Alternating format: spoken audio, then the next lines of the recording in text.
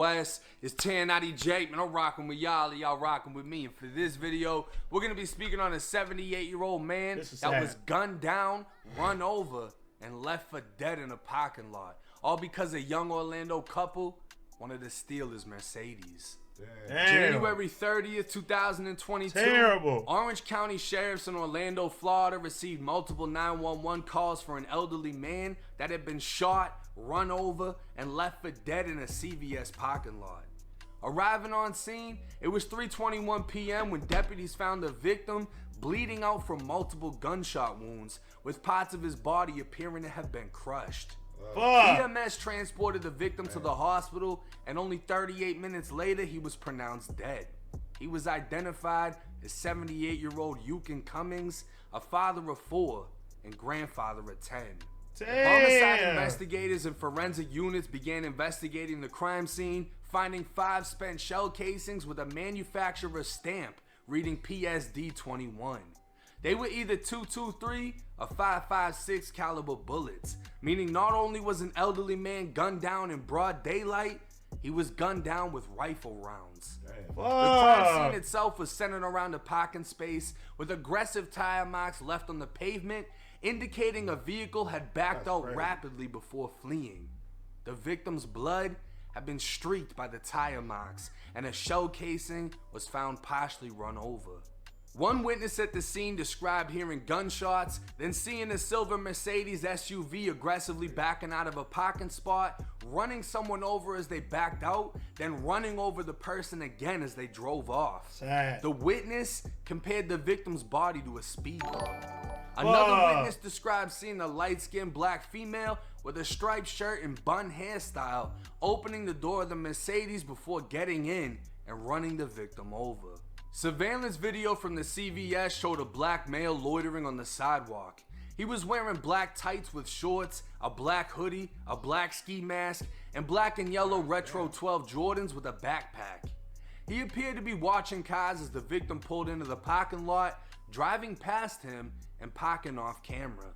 The victim can then be seen walking into view and entering the CVS to go pick up his prescription. The masked male waited for the victim to exit before following him back to his Mercedes off camera. Within the next 60 seconds, the Mercedes was seen driving off at a high rate of speed. The day of the murder, the victim's adult children were notified of what took place, as police described it as a carjacking murder. Mr. Cummings had moved to Florida in 2003 after retiring from his 40-year career as a security officer in New York. He also had a concealed carry permit in the state of Florida and regularly carried a 9mm handgun. Investigators learned from his family it was less than a year ago when his wife had passed away. Wow. The next day, investigators attended the autopsy of Mr. Cummings, finding he'd suffered a gunshot wound to his left arm and both sides of his chest, causing fatal arterial bleeding.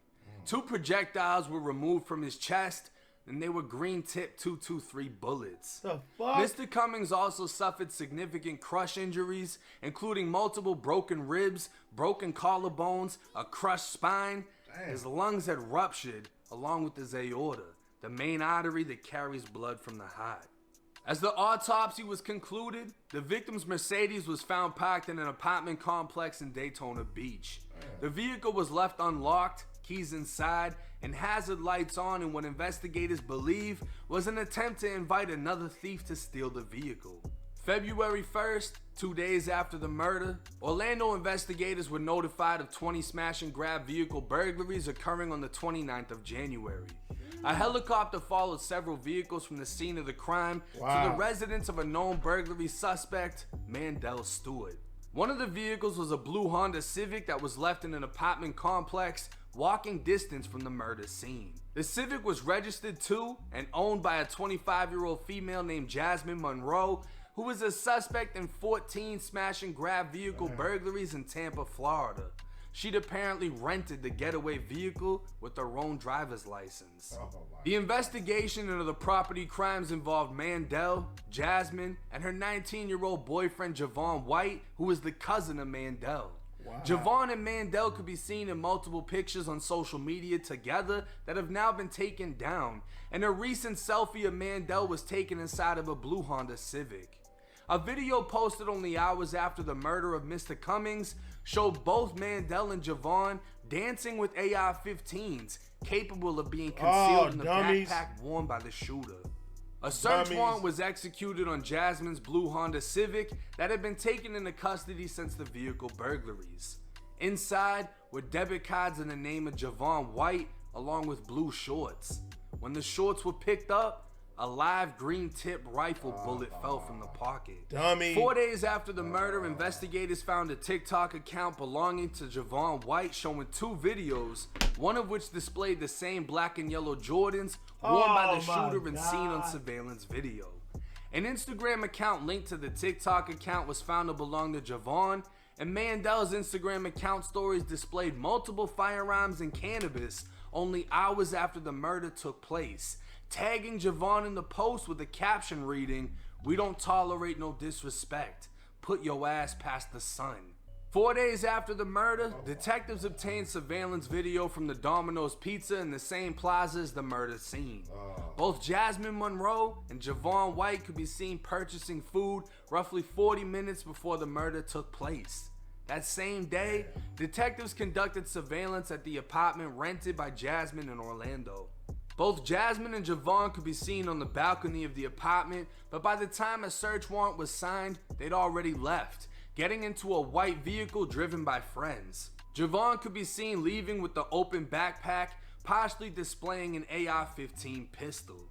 Detectives followed the vehicle before pulling it over and detaining Jasmine and Javon, and then towing the vehicle.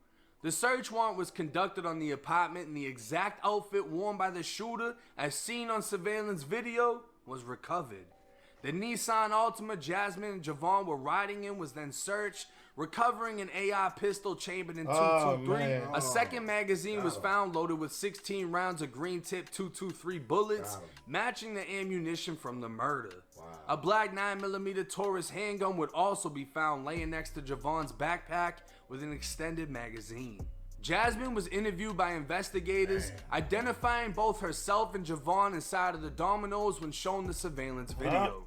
She confirmed they walked to the CVS shortly after, where he told her to wait in the parking lot as he walked to the entrance. She saw him walking and talking with the victim when the victim turned towards Javon with the gun in his hand. Jasmine told investigators that's when she heard shots, and she knew Javon had been carrying his AR-15 in his backpack. Initially saying she drove the Mercedes, she changed her story saying she was only a passenger, never drove it, and denied knowledge of a carjacking. She then said Javon told her he only shot the man because he pointed a gun at him, but detectives argued it, saying it was highly unlikely Javon would be able to pull out his AR-15 from his backpack and fire 5 shots when the victim already had his gun drawn. To that, Jasmine agreed. Although she lived 2 minutes from the murder scene, she acknowledged leaving in the Mercedes with Javon and driving to Daytona Beach, where the vehicle was found abandoned. She stated Javon changed his clothes to avoid identification, and she went as far as throwing her clothes in a dumpster with the help of a friend she refused to name. Javon was taken into an interview room and advised of his potential charges, to which he engaged in a hypothetical discussion about what charges he would face if he approached someone because he liked their car. He admitted to being at the Domino's, then walking to CVS and approaching the victim about his vehicle. He claimed he was in the victim's personal space when the victim pulled a gun, so he shot in self-defense. His only explanation for being able to draw his AR-15 and fire 5 shots before the victim was able to fire 1 was he wasn't fast enough. He admitted to panicking because he was illegally carrying the AR-15, so him and Jasmine used the victim's Mercedes as a getaway vehicle. He admitted the AR-15 they'd recovered was the same one he shot the 78-year-old victim with, and he initially claimed he found the 9mm Taurus while walking, until he was confronted with a picture with the firearm shortly after the murder.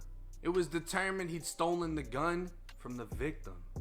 Javon attempted to claim responsibility for the incident to reduce the chances of Jasmine being charged, not even knowing Jasmine had already thrown him under the bus.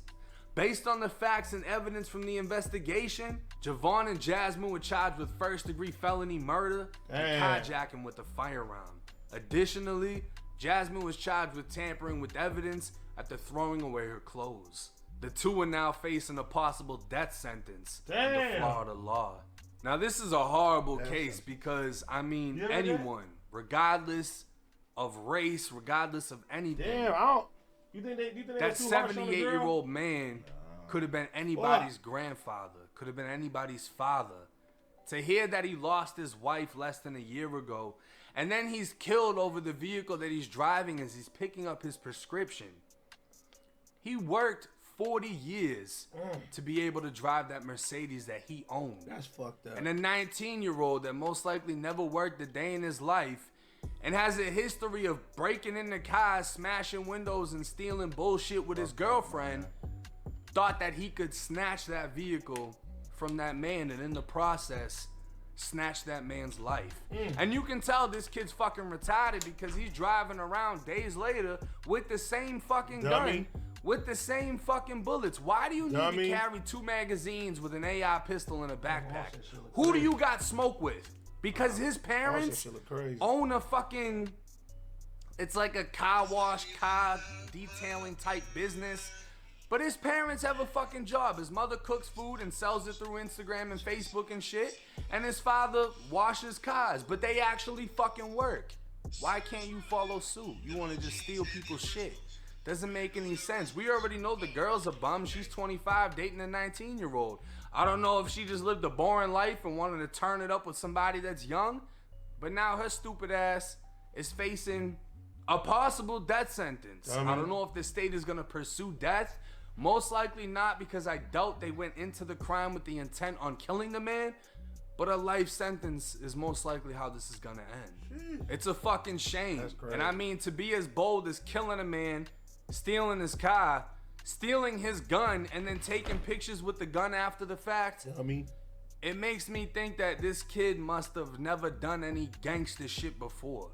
Gangster, I mean, involving guns, shooting at people, ain't nothing gangster about this. Because he was so happy he did this, and then got tagged in a post saying he'll send you past the sun.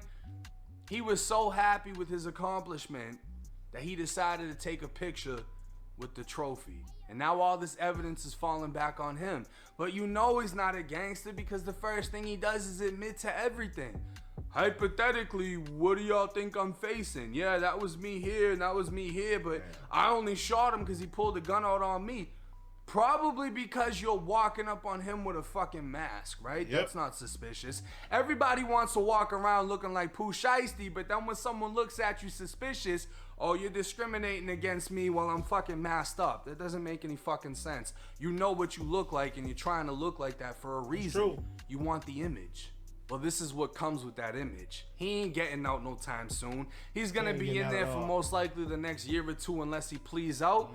And he'll most likely get banned along with the female that admitted to fucking everything except for who the friend was that helped her throw away her clothes.